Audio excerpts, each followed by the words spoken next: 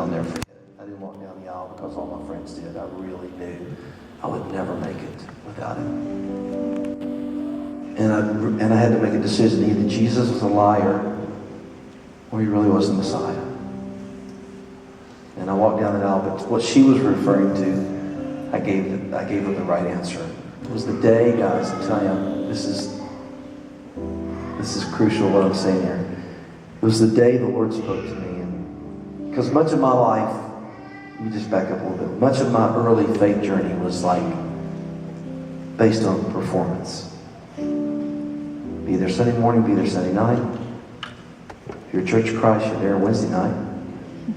All this sort of brownie points. See, that kind of thing is like, means that God is moody. If God is moody, let's get the heck out of here and go get a cup of coffee. Do you get my point? He's good. And so much of that early days, I was so messed up. I was just trying to earn it. You can't earn it.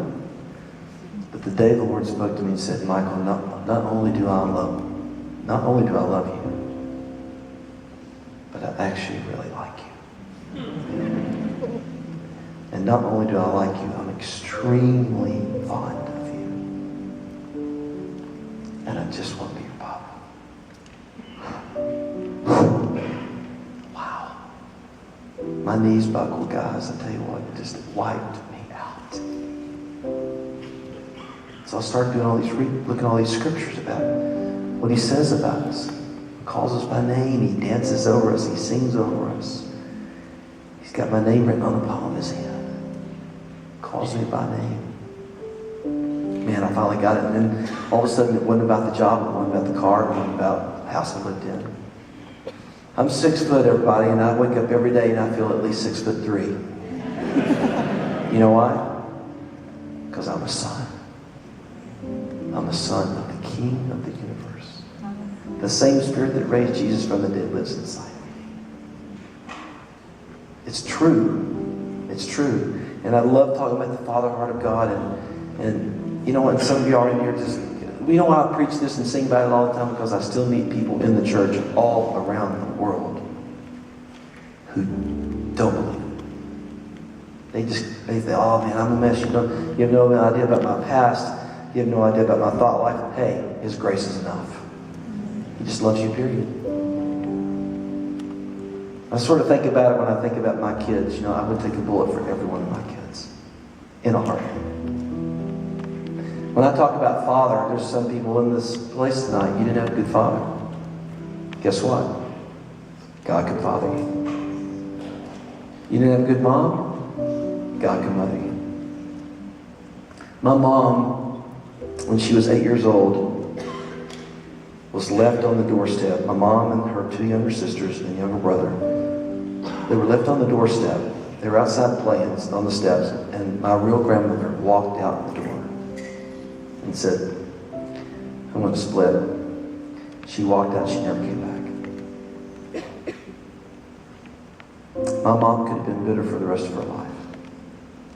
But my mom just chose to let God mother her. My mom's the mom.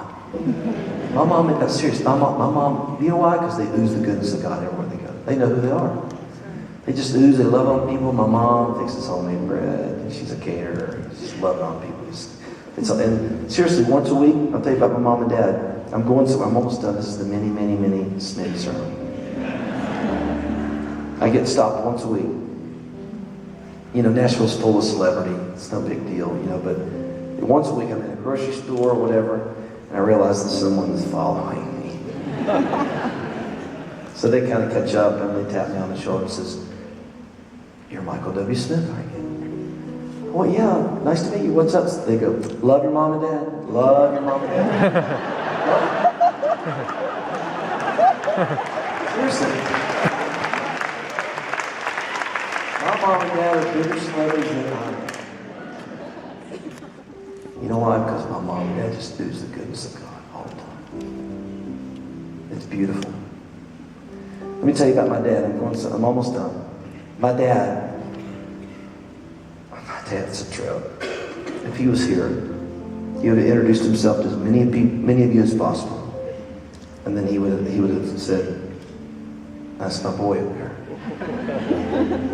My dad's got one problem. He, when I get nominated for awards, he thinks I'm supposed to win them all.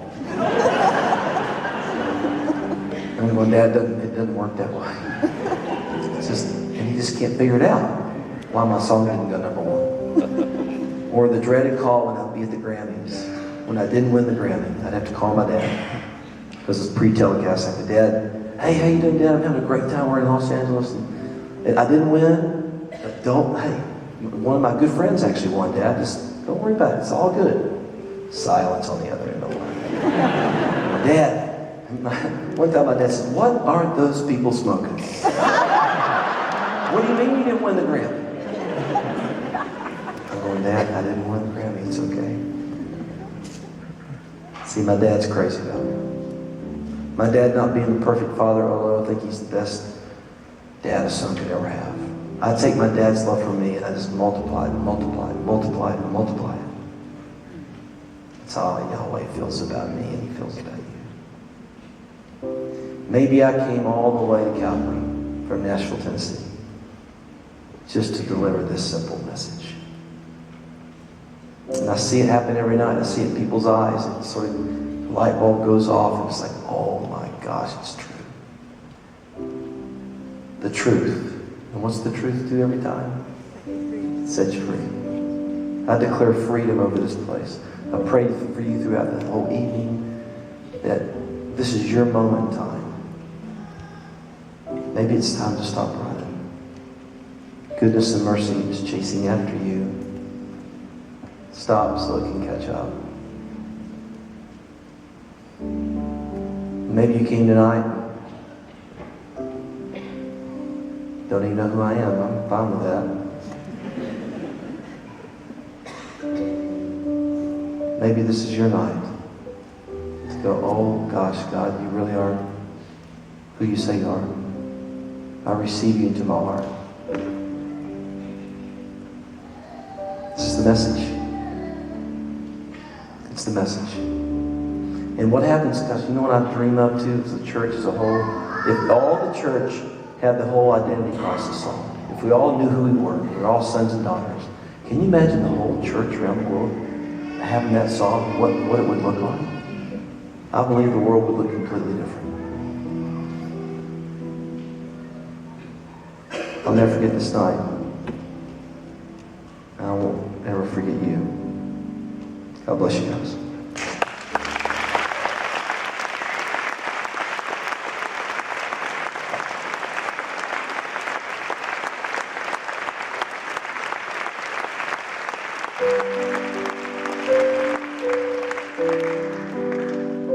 We just end with a prayer song.